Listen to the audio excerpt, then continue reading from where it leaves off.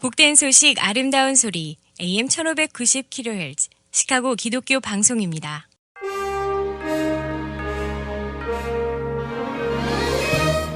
여러분 안녕하십니까? 1월 28일 목요일 KCBS 헤드라인 뉴스입니다. 기독교계 소식입니다. 존 메가더 목사는 바이든에게 하나님의 말씀에 손을 얹을 때는 조심하라고 경고했습니다. 캘리포니아의 그레이스 커뮤니티 교회 존 메가더 목사는 지난 주일 바이든 대통령에게 하나님의 이름을 모독하는 바로 그 일을 하겠다라고 맹세하면서 성경에 손을 올리지 말라고 경고했습니다. 하고 싶은 말은 뭐든지 할 수 있으나 하나님의 언약궤를 만질 때, 하나님의 보좌에 손을 올려놓을 때 하나님은 그 말씀에 계시기 때문에 성경에 손을 얹고 하나님의 이름을 모독하는 바로 그 일을 하겠다고 맹세하지 말라고 경고했다고 크리스찬 언론들이 보도했습니다. 200명의 공화당 하원 의원들이 낙태 세금 지원 반대를 선언했습니다. 200명의 공화당 하원 의원들은 지난 화요일 낸시 펠로시 하원의장과 다른 의회 지도자들에게 납세자의 세금으로 낙태 비용을 내는 예산 법안을 지지하지 않을 것이라고 선언하는 사안에 서명했습니다. 아직 태어나지 않은 생명도 중요하다. 노스캐롤라이나 첫 흑인 부지사는 낙태를 노예 제도와 비교했습니다. 노스캐롤라이나 역사상 최초의 흑인 부지사 막 라빈스는 프로라이퍼들에게 아직 태어나지 않은 사람들을 위해 계속 발언할 것을 촉구하면서 생명은 어머니 뱃속에서 시작된다라고 말했습니다. 라빈스는 우리가 자유를 위해 노예 제도를 없앤 것과 같이 생명을 위해 이 나라에서 낙태를 제거하지 않으면 이 나라는 계속 존재할 수 없을 것이라고 말했다고 크리스찬 헤드라인이 보도했습니다. 국내 로컬 소식입니다. 국토안보부는 어제 국가 테러 공고를 발표했습니다. 조 바이든 대통령 당선 이후 반정부 정세에 자극받은 국민들의 폭력 사태가 계속될 가능성이 있으며 지난 6일 의사당 점거 폭동이 극단 주의자들을 대담하게 만들고 추가 공격의 발판을 마련할 수 있다고 경고했습니다.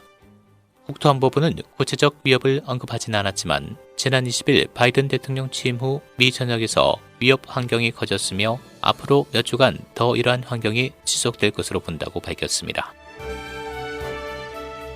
연방검찰과 FBI가 트럼프 전 대통령이 대선에서 승리했다는 자신의 믿음을 내보이려고 파이프 폭탄을 제조한 혐의로 남성 한 명을 구속했다고 언론이 보도했습니다. 이달 초 체포된 이 피의자는 캘리포니아주에 사는 44살 남성 이안 벤저민 로저스로 FBI는 그의 주거지와 사업장에서 파이프 폭탄 5개와 총 99정을 압수했습니다. 언론 보도에 따르면 그는 재미로 이 폭발물을 제조했다고 주장했지만 조서에 따르면 그는 트럼프 전 대통령이 대선에서 승리했다는 자신의 믿음을 내보이려고 민주당을 공격하겠다는 내용의 문자 메시지를 보냈습니다. 중국군과 연관된 기업에 대한 미국 투자자의 증권 매입을 금지하는 행정명령 발효 시점이 기존 1월 28일에서 5월 27일로 연기됐습니다. 재무부는 어제 사이트에 게재한 성명에서 조 바이든 행정부는 관련 제재 리스트에 오른 회사명과 유사하지만 완전히 동일하지 않은 중국군 관련 기업에 대한 미국인의 투자를 오는 5월 27일까지 허용하기로 했다고 밝혔습니다. 이어 다만 관련 리스트에 올라있는 중국군 관련 기업이나 그 자회사와 증권 거래는 여전히 허용되지 않는다고 확인했습니다. 미 전체 인구의 12%가 신종 코로나 바이러스에 면역력을 갖고 있다는 분석이 나왔습니다. CNN은 어제 자체 분석한 결과 코로나19 감염 후 회복을 통해 자연 면역이 형성된 이들과 백신 접종자 수를 합치면 현재 미국 인구의 12%에 해당하는 3,990만여 명이 면역 항체를 보유한 것으로 추정된다고 보도했습니다. 질병통제예방센터에 따르면 현재 화이자 바이온테크, 모더나 등 백신을 맞은 인구는 전체의 6% 상당입니다. 백신 보급은 미 전역에 약 2천만 명이 1차 접종을 완료했으며 2차 접종까지 마친 인구는 약 380만 명으로 나타났습니다. 현재 미국 내 신종 코로나 바이러스 누적 확진자는 2,616만 6,423명으로 전체 인구의 7.8% 수준입니다. 완치자는 1,594만 2,800여 명인데 이는 전체 인구의 4%에 해당합니다. 일리노이주 보건당국은 어제 하루 3,751명의 신종 코로나 바이러스 신규 확진자와 81명의 사망자가 보고됐다고 밝혔습니다. 현재 주 누적 확진자는 111만 2,181명, 누적 사망자 2만 949명을 기록하고 있습니다. 1월 20일부터 26일까지 7일간 주 테스트 양성률은 4.5%로 나타났습니다.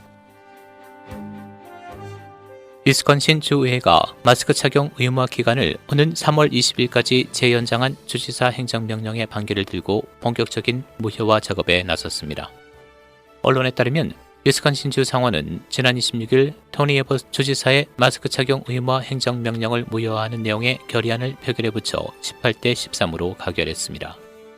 결의안을 발의한 스티브 네스 의원은 마스크가 필요하다거나 필요 없다에 관한 문제가 아니라 법의 허용 범위를 벗어난 주지사의 월권 행위에 관한 것이라고 주장했습니다. 국제 소식입니다. 일본 후쿠시마에서 폭발한 원자력 발전시설 일부에서 1시간 이내 사망할 수 있는 매우 강한 방사선이 방출될 수 있는 것으로 밝혀졌습니다. 이는 폐로 작업이 추진되고 있는 후쿠시마 제1원전 235기 원자로 건물 5층 부근인 것으로 알려졌습니다.